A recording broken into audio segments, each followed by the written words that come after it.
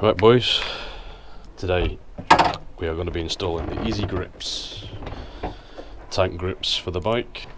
Now I've been with EAZIGRIPs for a long time. I've bought these, I don't get these for free. If they are free you will be told. I've got a central tank grip as well, however I need to get these off at some point. I'm not sure if they're just peelable or if I need to get the heat gun out, but we'll just start with the side ones for now. Well, there's one. Is that it? Yeah, that's it. Right, so now in the past I have done lots of measuring and all that kind of stuff, but just for now I'm just going to go without. I'm just going to eyeball this. So I'm just going to clean this off with the provided alcohol. Now I always do go for black if I can, because the clear ones, they're quite bad when it comes to going yellow in the sun. Just make sure this is nice and clean. Now there are some particles on there, however, as long as the majority of the stuff is off. The thing with these cheap alcohol pads, alcohol wipes, is that they always leave behind like a residue of fluffy shit, which is annoying, but hey, it's one of them. Right, so we're just going to line this up to where we think it should be, and we're just going to go from there. Again, I'm not using the heat on these, usually I would, but surprisingly it's actually quite warm today. I'm going to peel this back a little tiny bit.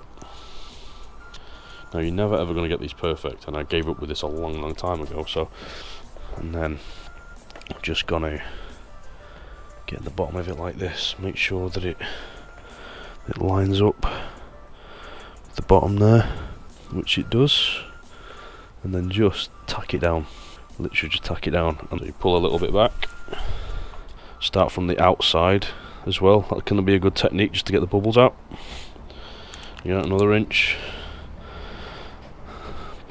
and then push out, and then just make sure as you're pushing it's still lining up with things.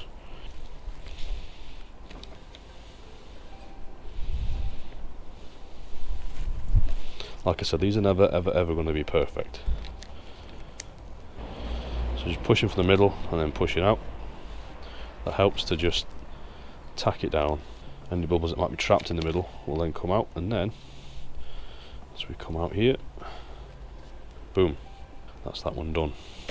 And these things are fairly tacky, sticky. They use really good backing material, so it's never usually too much of a problem to get these on. And then for this one, again, same thing, just going to line it up against a straight line. There we go, finally.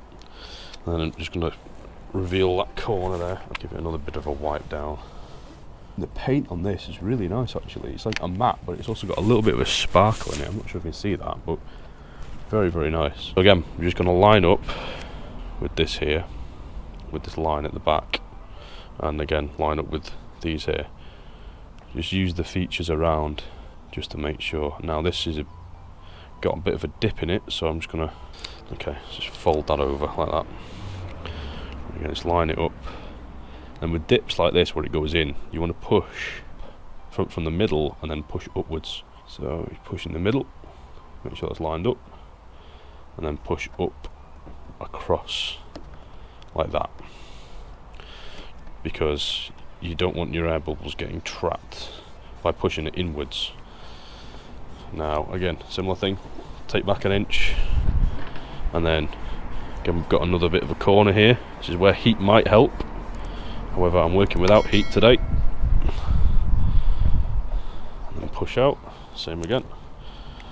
Peel, and then push out from the middle, and push up,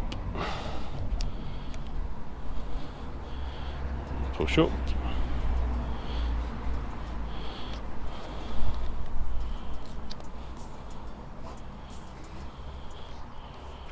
And that should all line up. Like so. If you want to afterwards, you can always get a bit of heat on it and just make sure that the edges are tacked down. The bits that usually come up at the edges, bits get stuck underneath, bits of fabric from your knees and your jeans or whatever. So there you go, that's one side done.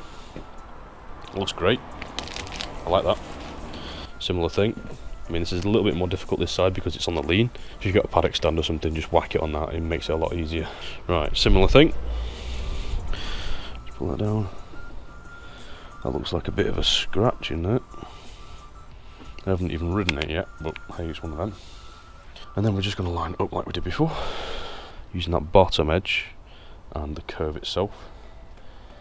What you can do is you can go up to where the other one was, stand up and look down just to see if it's matched, and then again just peel off the backing tape.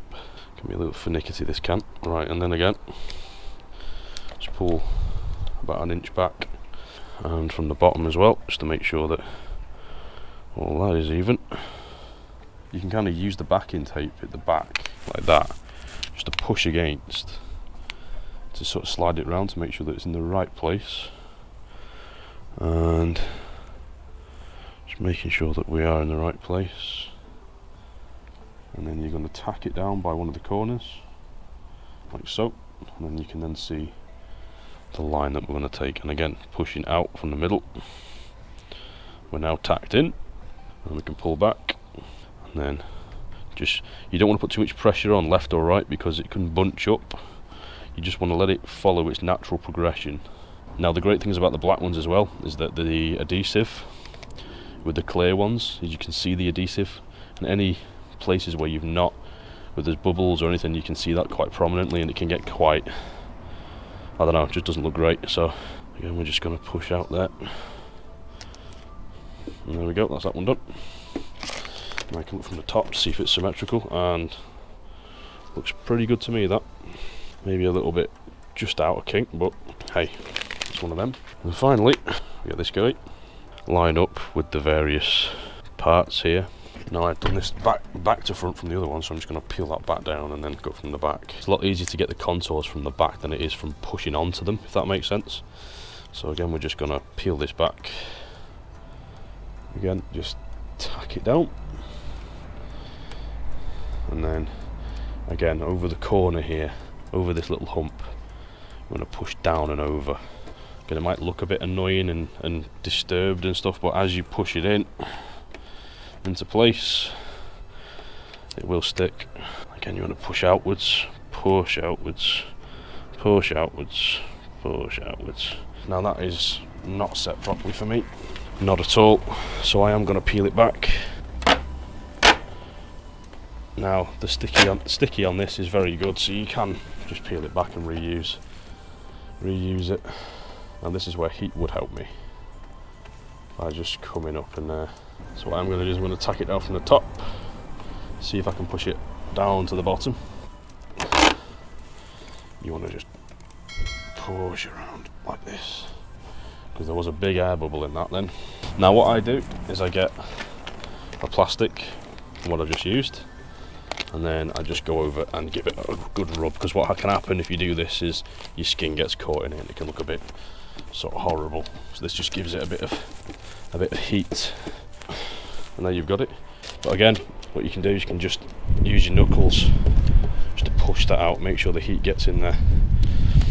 You don't always need a heat gun with these kind of things, but it does help, especially in winter.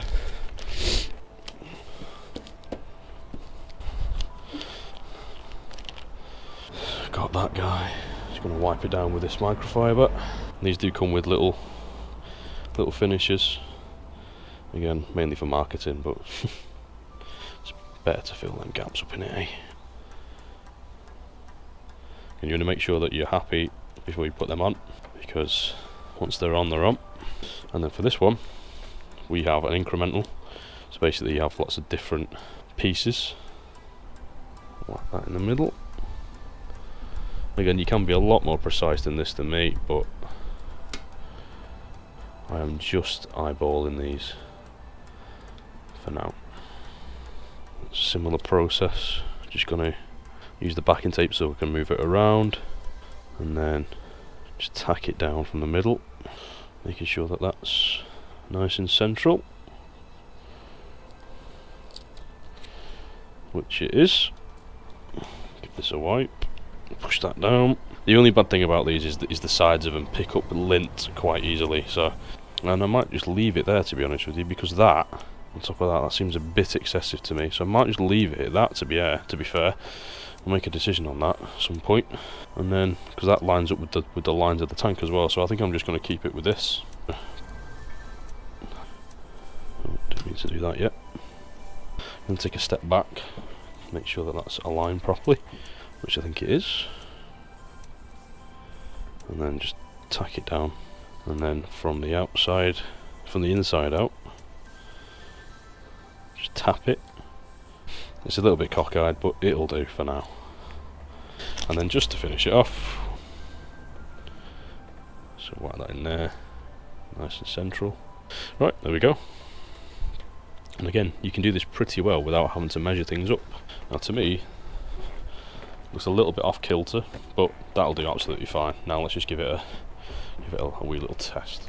And that covers, I'm not sure if you can see there, covers a bit too much actually, but you could really only need these bottom ones, because there's not really much point for these, so I might take these off at some point, you know.